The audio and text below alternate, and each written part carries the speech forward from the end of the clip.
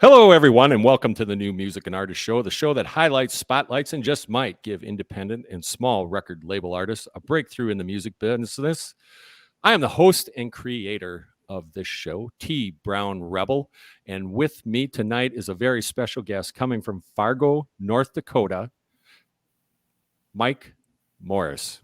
Mike, welcome to the show. Hey, thanks. Thanks, Tony or Troy. I really appreciate it. You know, that's pretty funny because I almost called you Mark because we were Yeah. talking about Mark about Yeah, about 2 minutes ago. So Welcome to the show, Mike. We kind of met each other 10 minutes ago here, so it's fantastic that you could make it and spend some time. You've done quite a few things in the music business, and really looking forward to sharing those. You sharing those with us this afternoon or tonight, this evening.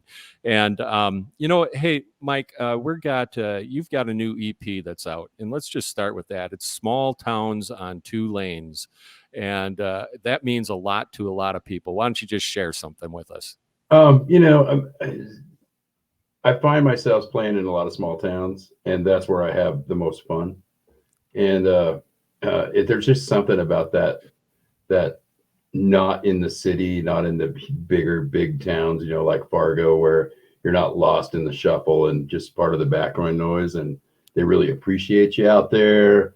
And I mean, I just have a blast. And there's the song actually happened because somebody thought it was crazy that I went out there and played those shows.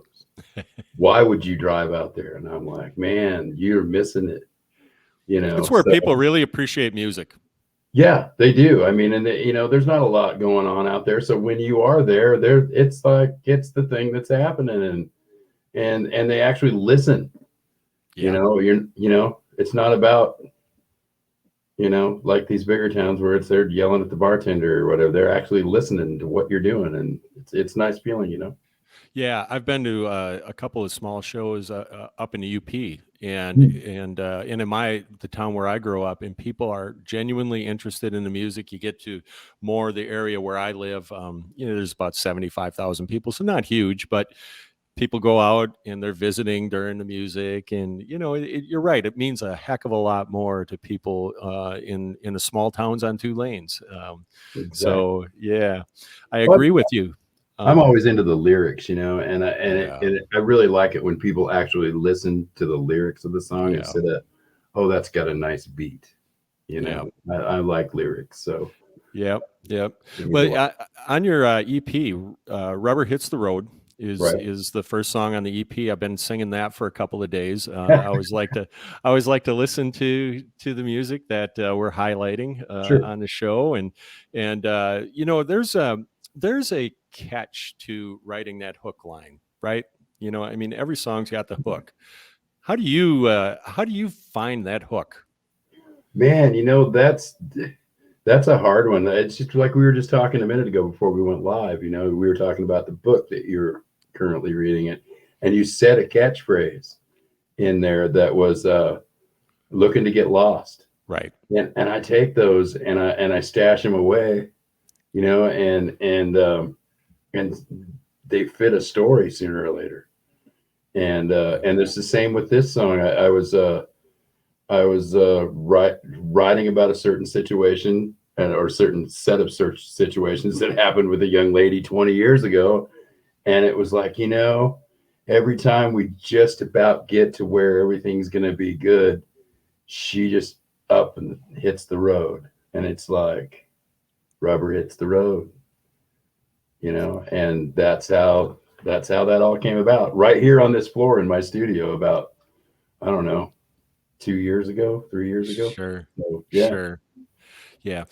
Now we're gonna when we turn this into a podcast, you chose The Letters to be the spotlight song, and that song has a deep meaning. Yeah, it has. Yeah, and you shared a little bit. You shared a little bit via text or the phone call that we had to set this up. Can you share with the listeners? Yeah, sure. And it really means a lot right now because this song is about my parents who would have been married 71 years tomorrow. Wow. And I'm actually putting out a video tomorrow on my Facebook page that I've compiled a collage of pictures that are from their past about the song. But anyway, the song is about my mom 3 years ago, almost 4 years ago, 2018, November, was diagnosed with a very fast moving liver cancer. Um, they gave her 14 days to live. Mm-hmm. She lasted 13. Um, and you know the pain that goes along with that. But she was good. The thing about my mom is she was good with the Lord, and she knew she was going to be okay, and so she took it like a champ, and way better Better than than everybody else did usually, right? right, way Yeah. better than anybody else did. But she had some requests for my dad, and that he thought was a little odd, and she said, you know, when the funeral's over and you go back home, you go through my stuff, my personal stuff, and my dresser drawers, and I want you to get rid of everything. And he thought, well, you know, that's, you know, I don't know if it's not usually what you do right away is get rid of things like that, but okay, I'll do it. And she had no intention of that, wasn't the intention behind it, just to get rid of everything, but she wanted him to go through her Right. things. And in the bottom drawer, tucked in his sweater, were all the love letters that he had written her in college. Hmm. And for 68 years, he never knew she had them. I mean, through all the moves and all the never saw him, never. And I remember him telling me about it. And he said, you know, it's the first time I told your mom I loved her was in those letters. Wow. You know, so he found those letters. He could never read them, you know, and I don't blame him. You know, he just wanted, he didn't have, he said there's things a man can't do, and that's in the song.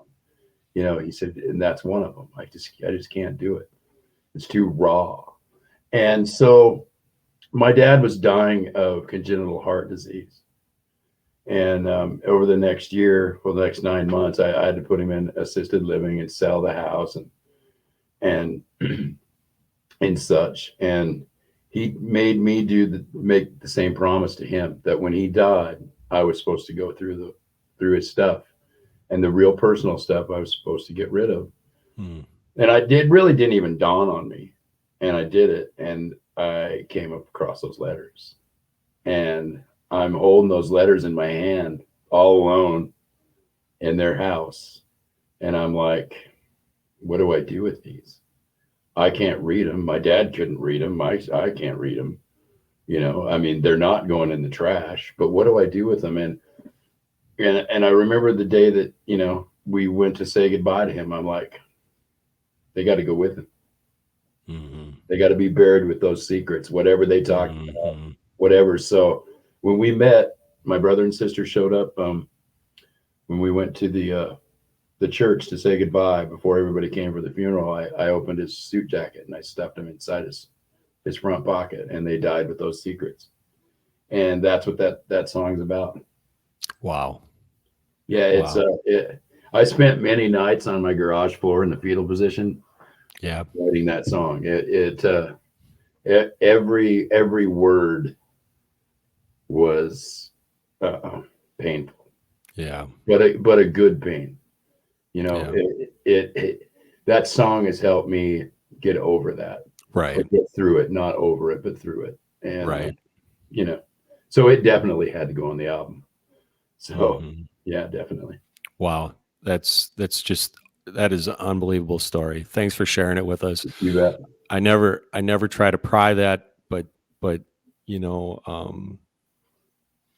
a lot of people understand that and are really touched by the emotions of that. Now, you said that it helped with the healing. Do you, you know, is writing overall, is that therapeutic? Is it, you know, Oh, what drives you, you know, I mean, I'm listening to your songs and, you know, there's these, you know, awesome lyrics. I'm like you, we talked about it. I'm a lyric guy, and you know, your lyrics they're awesome. How do you, you know, what drives that? well, I have a few philosophies on writing lyrics, but I mean, first of all, it has to be true to me. It Hmm. has. I can't make something up. It either has to be something that's happened or a certain feeling that's happened or that I just can't sit down and go, okay, we're going to write about this and have no personal connection to it. Right. I can't do that. Right. Less is more. Yep. Um, always less is more. Cut. You know, I've co-written some stuff with some people or have lately tried to, and it's like, okay, but we can't spell it all out to these people. Hmm. We have to leave enough room in those lyrics that it fits them also, not just you. Right. So, um, but I've always written about real stuff. You know, I mean, it is so therapeutic. I mean, it's gotten me through. You know, just the music in general gets me through it. Hmm. The guitar gets me through it. You know, I mean, Hmm. it's just it is what it is. But I was interviewed on a podcast last week, and it was someone that wanted to talk to me about what I do, and listening to music and listening to new artists. And I was asked that question: what do I listen for? And I think that everybody listens for different things. But one of the things, like you just said, is simplicity. Some of the greatest songs in history are three chord songs.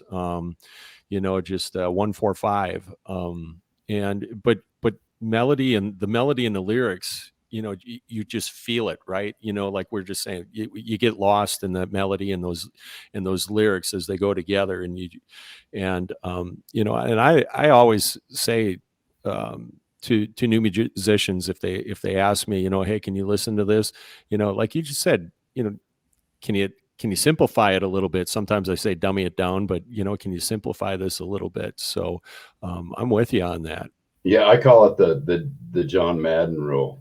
If it starts to sound like John Madden, stop. Got the word.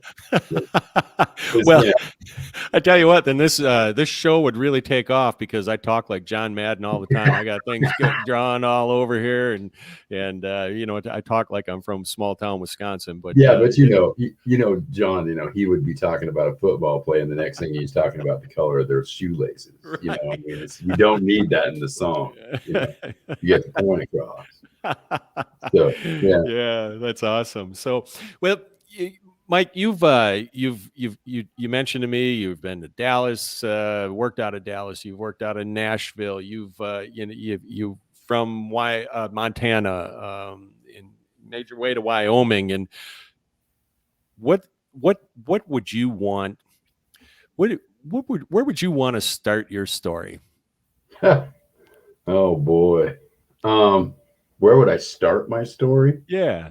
Red Lodge, Montana. I um, you know, this whole musical journey has kind of ended up because it just I was too stupid to know any better.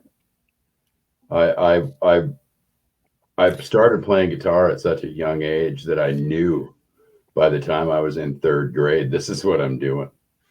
Yeah. You know, hell or high water, this is what I'm doing. And so, you know, Red Lodge it was kind of great. You know, there was 5 or 6 road bands that would live right in Red Lodge that were like touring all over, and that whole Montana circuit back then. And they kind of took me under their wing, and I ended up leaving out of there when I was 15 on a school bus with people that were 20 years older than me, and they kind of baptized me in the world of rock and roll, and I've just never looked back. Yeah. And it's been a crazy journey Yeah. that's Yeah. finally starting to pay off. Geographically, where is Red Lodge in Montana? Red Lodge is the northeast entrance to Yellowstone Park. Okay. So it's like 60 miles southwest of Billings, Okay. right at the base of the Beartooth Mountains. Okay. Yeah, All right. so it's it's in the mountains for sure. It's kind of set. Have you watched Yellowstone, the Oh yeah, series at all? Yeah. oh yeah. fact, my wife and I just started watching it. We're late bloomers when it comes to Yellowstone, but yeah, that's Paradise Valley. That's just on the other side of the range from us. So Sure. yeah, Yeah. I spent many nights in that valley. So Mm-hmm. yeah, Yep. You've played with some famous artists over the years. yeah, I've done a lot of open up act stuff. Yeah. Yeah, Yeah. Yeah. And you mentioned Joe Diffie. yeah. Rest his soul. That And have done a stint like that. A lot of the artists that I have on, still haven't had that opportunity. What was it like? How did you get started? Introduced? How did that whole process work? Well, I was lucky enough. I'm a guitar player by trade, not a singer, vocalist, songwriter, front guy. Mm-hmm. So I usually was in a project that all that stuff was taken care of for me. So I kind of snuck in the back door on all that, and that was a great thing. Like I said, I played with people that were older than me most of the time, and that's not true anymore. But because I'm old now.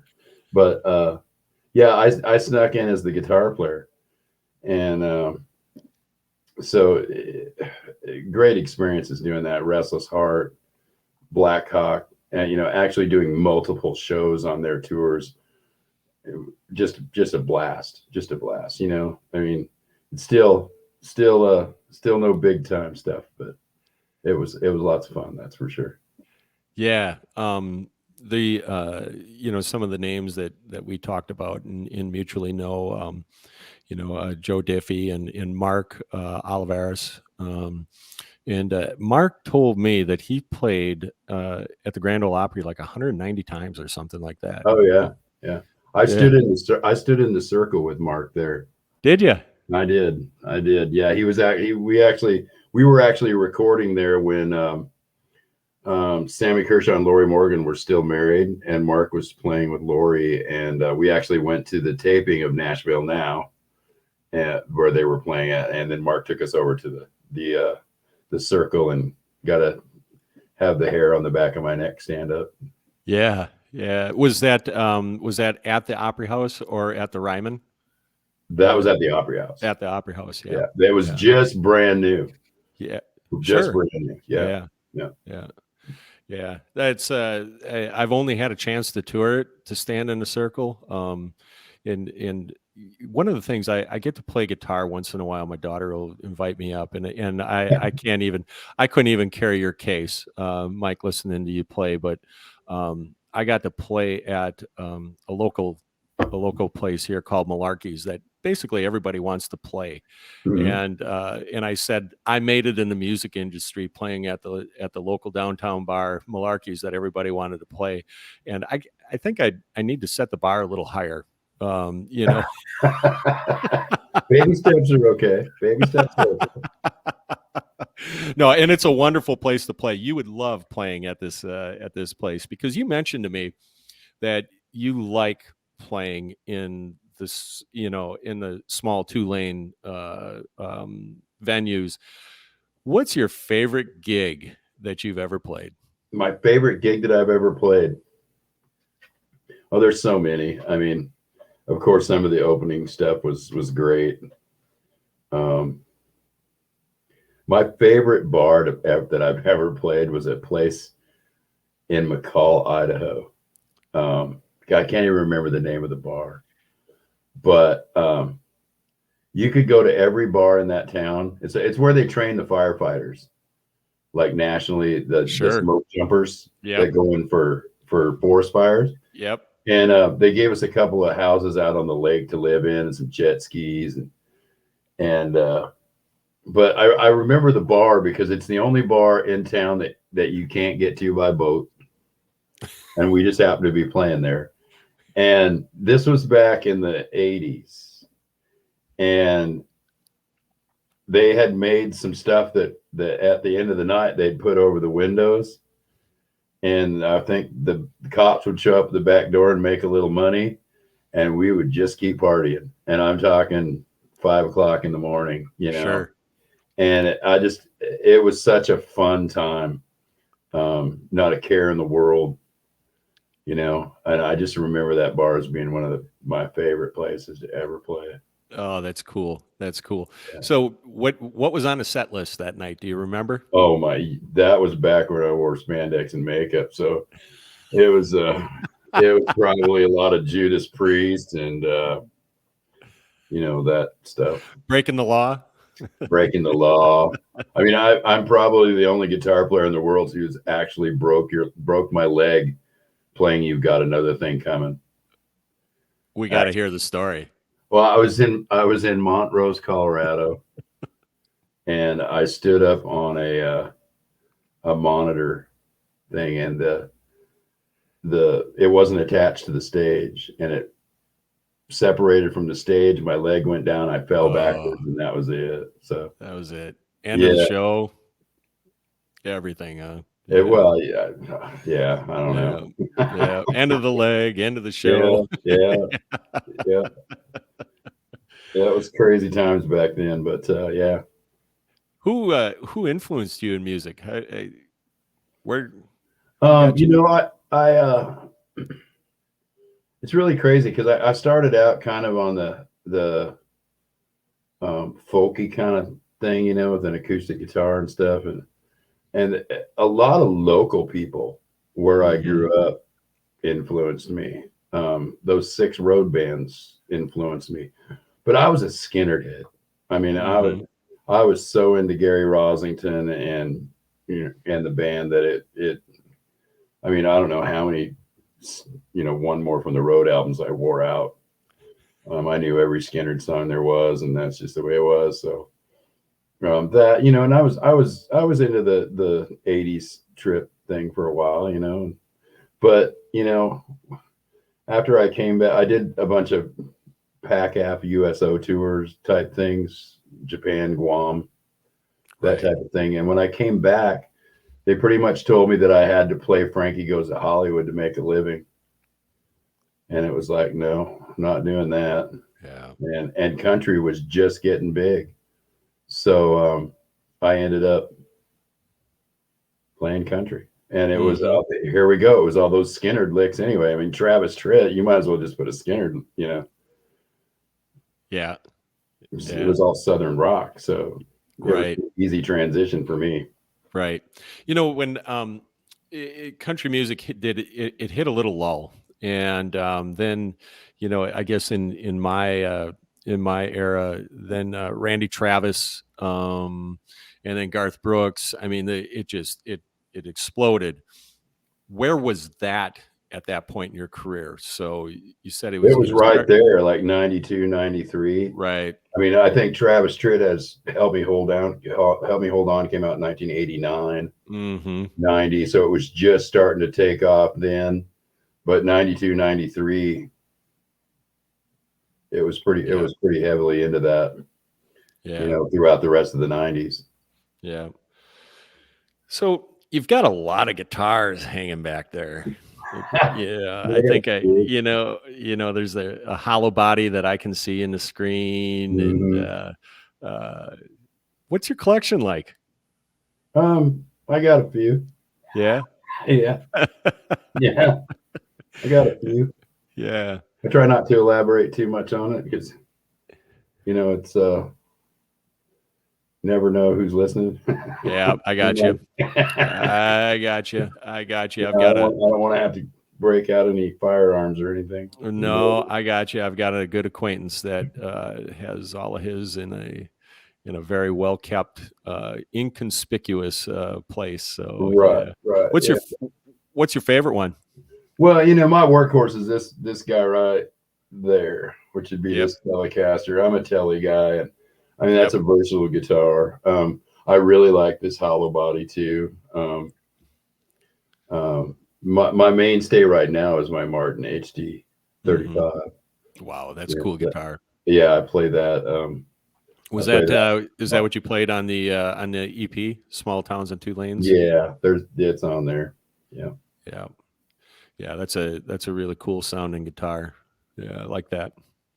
So, hey, if there's anything that you could tell your younger self What would that be? Stay in school. Stay in Yeah. school.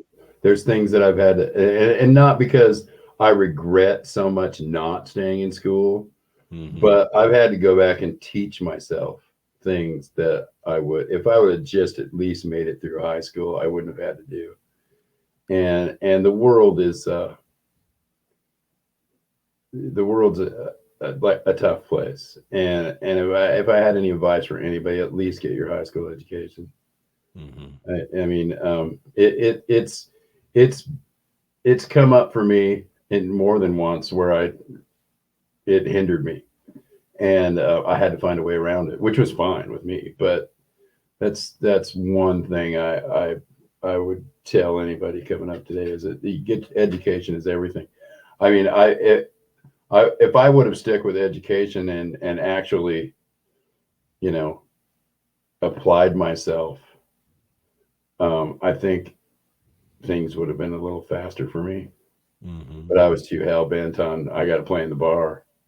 I'll just play in bars all my life.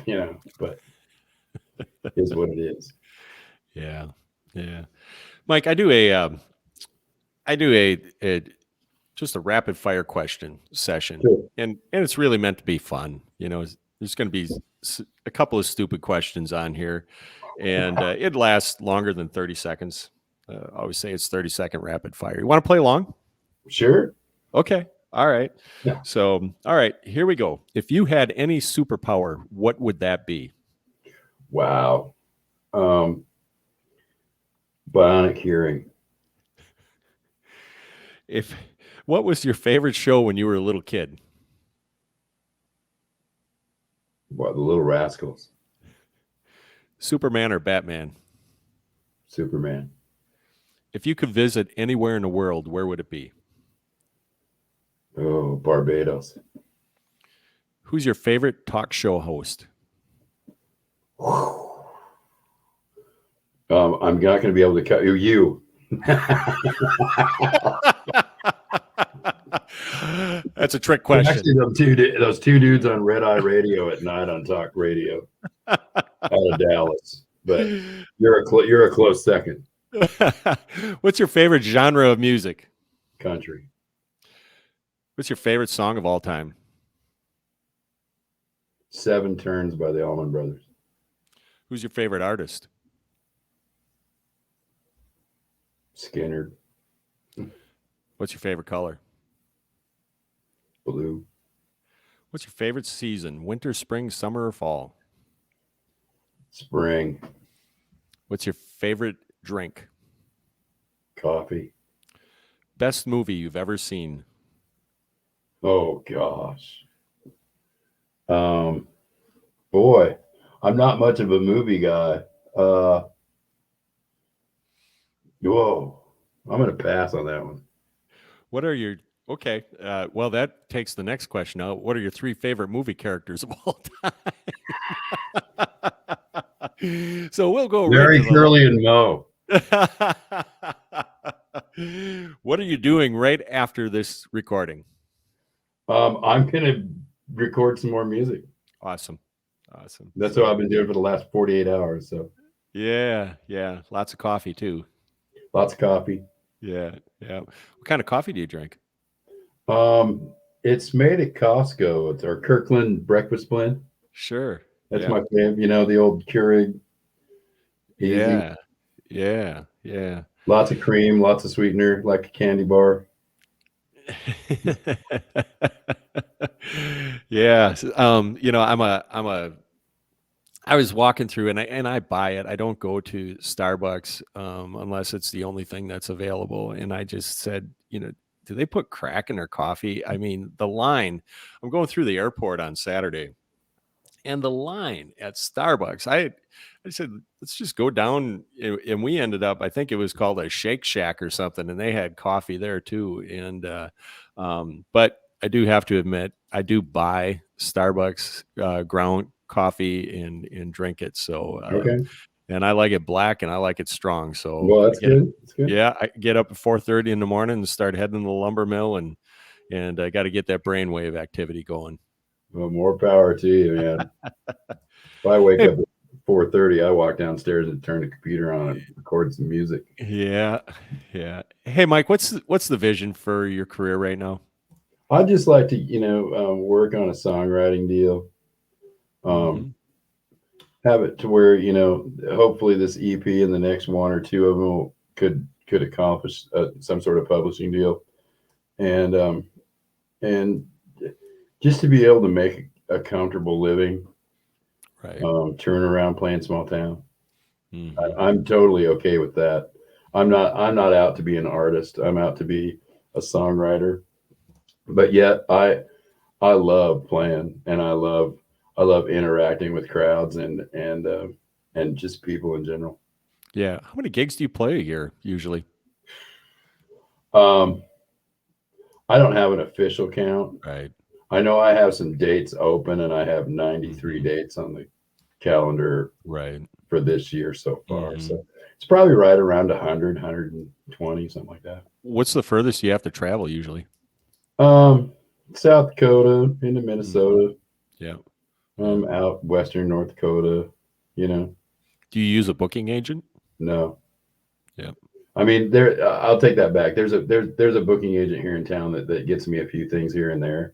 Hmm. They'll call and go, "Are you open on that date?" And if it works for both of us, I take it. But no, there's no agent. I mean, Yeah. this day and age, doing this, it's. I don't need one.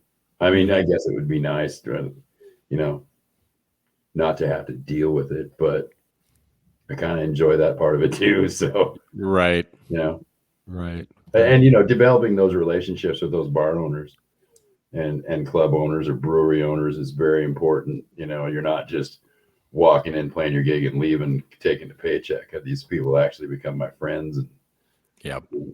Yeah. I can count on them. For the whole year's worth of bookings. At one Yeah. time. So it's Yeah. important. Yeah. The bartenders, they're Bartenders, yeah, cocktail waitresses, you bet. chefs. It's a team effort, man. If they're not in the game and you're not in the game doesn't go on. And in order to have satisfied customers, that has to happen. So they'll come back, and Yeah. you gotta give a shout out to them too a lot, which is Hmm. just fine. And I'll tell you what, I work with some of the best. Yeah. So Yeah. Yeah. That's really cool. Is there anyone you want to give a shout out to before we wrap this up? I'd like to give a shout out to my wife, who Yeah. puts up with me doing this and Yeah. actually is the driving force behind this, most of it, because she supports me not like nobody should, really. And Hmm. Garrett, my son, who is he's the reason we get up in the morning. I'll tell you what,